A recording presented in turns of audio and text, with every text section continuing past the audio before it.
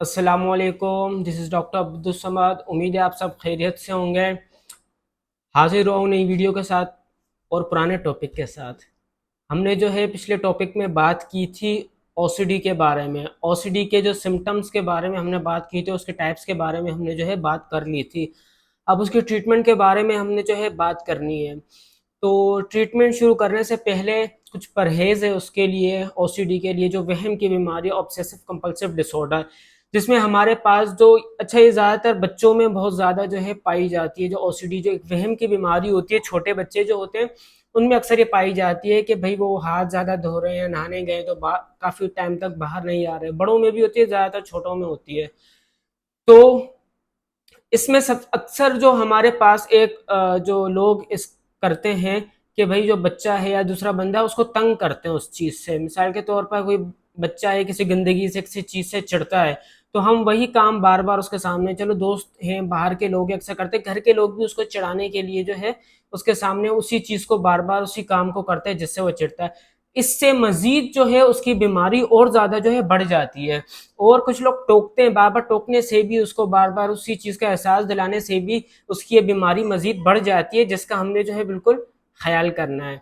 इसके साथ जब हम ट्रीटमेंट की बात करते हैं तो हमारे लिए बहुत सारी जो हमारे पास कुछ ऐसी मेडिकेशंस है जिससे हम बिल्कुल उसको ट्रीट कर सकते हैं। एंटी डिप्रेसेंट, जिसमें SSRI सबसे पहले फर्स्ट लाइन ऑफ डिफेंस है, SSRI है, जिसके ज़रिए से इसकी ट्रीटमेंट बिल्कुल की जा सकती है।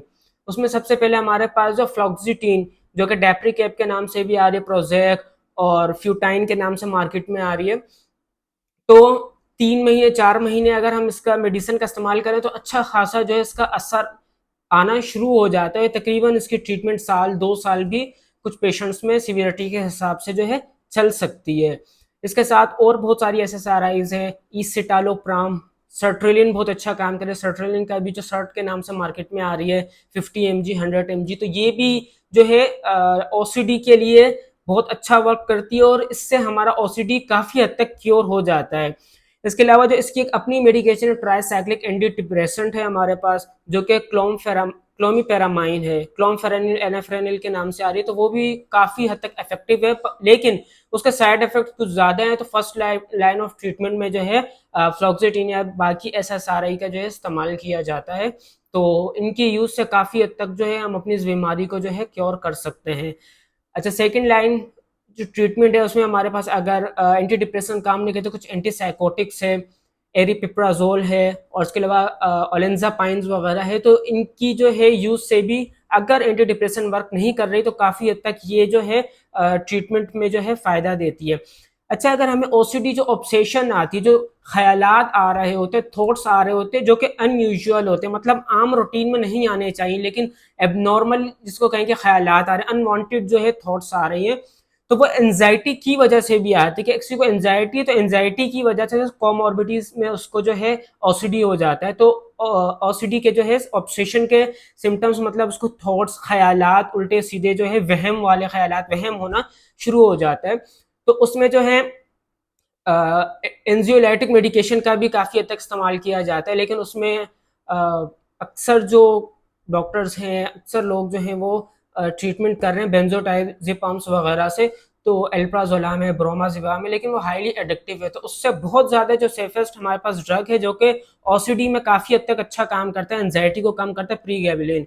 तो हम प्रीगैबलिन उसमें यूज़ कर सकते हैं एंटी डिप्रेशन के साथ साथ। तो वो काफ़ी हद तक जो है हमारी एंजाइटी को ओवरकम करेगी, जिससे जो है OCD बहुत हद तक ठीक हो जाएगा। और अगर हम उसको प्रॉपर इसके ट्रीटमेंट कराएंगे तो ये ऐसी कोई बीमारी नहीं है, बिल्कुल जो है नॉर्मल हो जाती है। बहुत से लोगों को होती है और उसके ट्रीटमेंट के बाद जो है बिल्कुल ठीक हो जाती है।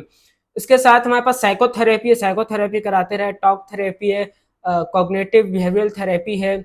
तो ये अपनी थेरेपी काउंसलिंग, साइकोलॉजिस्ट को दिखाएं, साइकोलॉजिस्ट से काउंसलिंग होती रहे, टॉक थेरेपी होती रहे, तो इससे भी जो है हमारी जो पेशेंट है उसके जितने भी जो सिम्टम्स हैं, जितने भी उसको जो ये बीमारी OCD जो थॉट्स वगैरह आ रही है, उसके साथ कंपल्जन है, तो ये काफ़ी हद तक रिकवर हो जाती है, ठीक हो जाती हैं।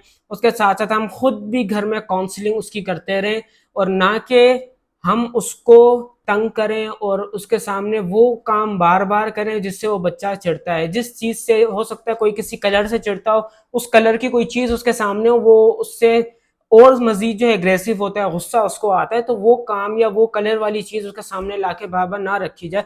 हो सकता है वो किसी पर्सन से चिढ़ने लग जाए कि भाई ये मेरे सामने आएगा, बस उसका वहम हो गया भाई ये मेरे सामने आएगा तो एक बंदा गंदा है, इसको कुछ काम करते हुए देख लिया, ऐसा छींकते हुए देख लिया, को हाँ छींक अगर किसी ने उसके सामने कहीं छींक लिया तो या खांस लिया तो बहुत ज्यादा बंदा जो है एकदम एग्रेसिव भी हो सकता है, उसको गुस्सा भी आ जाएगा और हाथ वगैरह धोने लग जाएगा। तो वो काम जिस चीज से वो बच्चा चिढ़ता है या कोई उसमें अडल्ट भी हो सकता है, तो उसके सामने वो काम बिल्कुल भी ना किए जाए, बल्कि उसको प्यार से मोहब्बत के साथ उसको समझाया जाए, उसको प्यार से ट्रीट करें, ना कि उसके सामने जो है हम वो उन्हीं कामों को बार बार करें। तो ये सारी चीजें हैं जिनका हम ख्याल रख सकते हैं।